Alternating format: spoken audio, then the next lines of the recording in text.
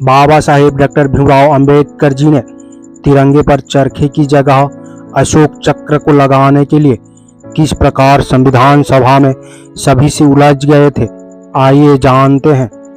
बाबा साहेब ने ऐसे ऐसे तर्क किए कि उनके सामने कोई टिक नहीं पाया और जब तक तिरंगे में अशोक चक्र को लगाने के लिए सब राजी नहीं हो गए तब तक हिमालय पहाड़ के भांति डटे रहे, अटल रहे और चरखे की जगह अशोक चक्र तिरंगे में लगाने के लिए उन्होंने बहुत परेशानी का सामना करना पड़ा, बहुत ही कष्ट झेलनी पड़ी।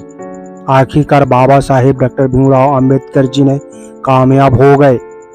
तो चलिए ज़्यादा समय न गंवाते हुए वीडियो को शुरू करते हैं। पूरी जानकारी के लिए वीडियो को अंत तक जरूर देखिएगा।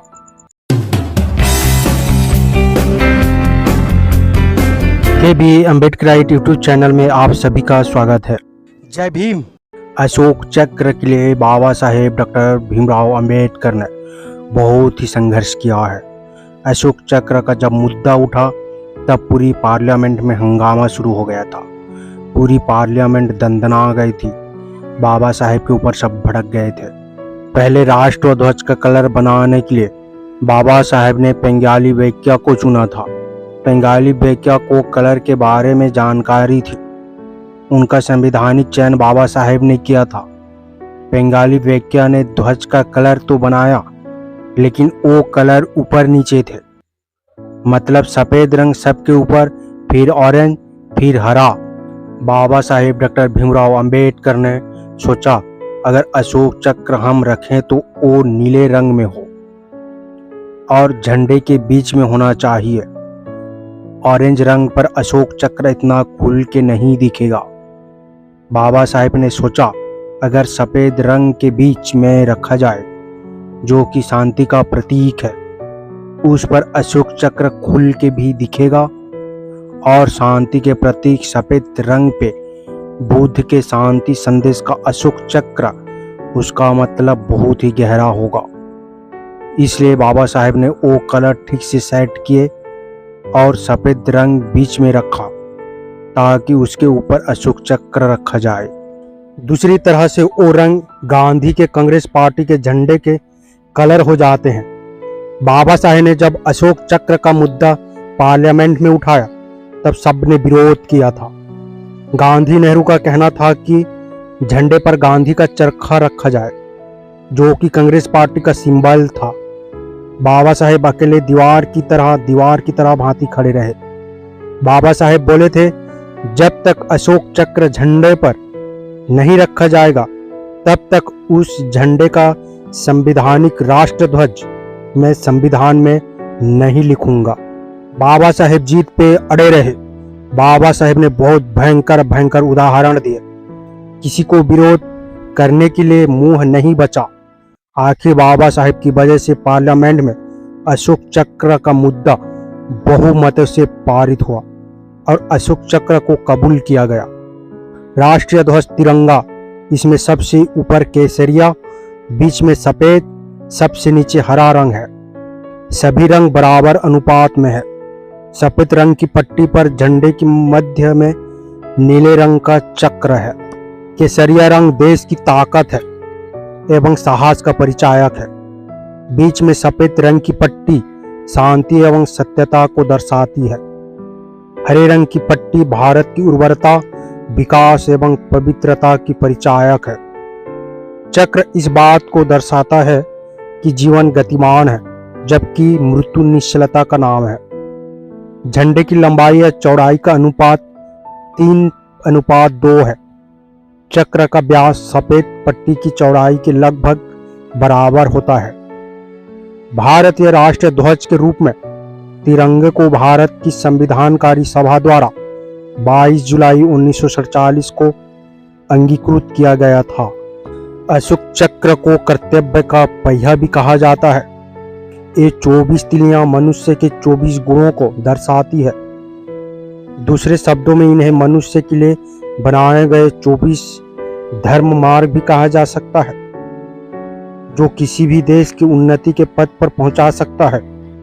इसी कारण हमारे राष्ट्र ध्वज के निर्माताओं ने जब इसका अंतिम रूप फाइनल किया तो उन्होंने झंडे के बीच में चरखे को हटाकर इस अशोक चक्र को रखा। ये चक्र धम्म चक्र का प्रतीक है।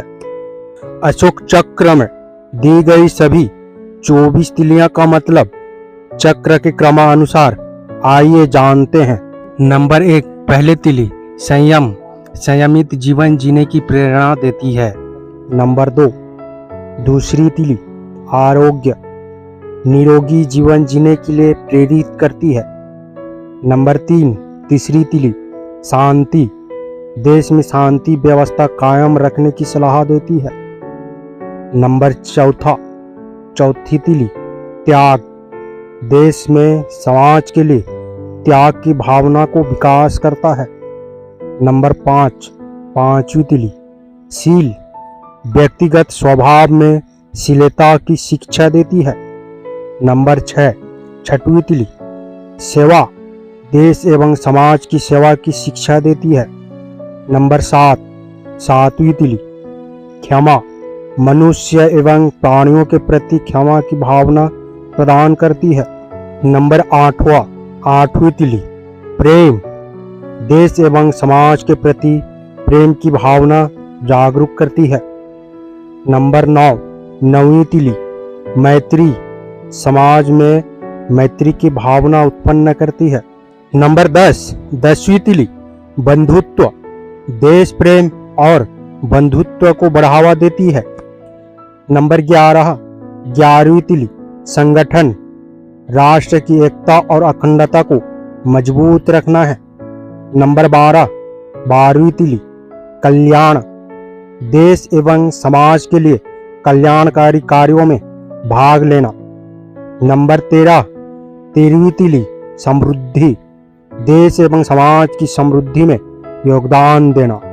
14वीं तिली उद्योग, देश की औद्योगिक प्रगति में सहायता प्रदान करना।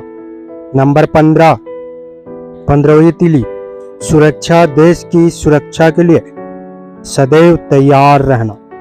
नंबर 16, 16वीं तिली नियम, निजी जिंदगी के नियम, समय से बर्ताव करना, सभी के लिए नियम का पालन करना।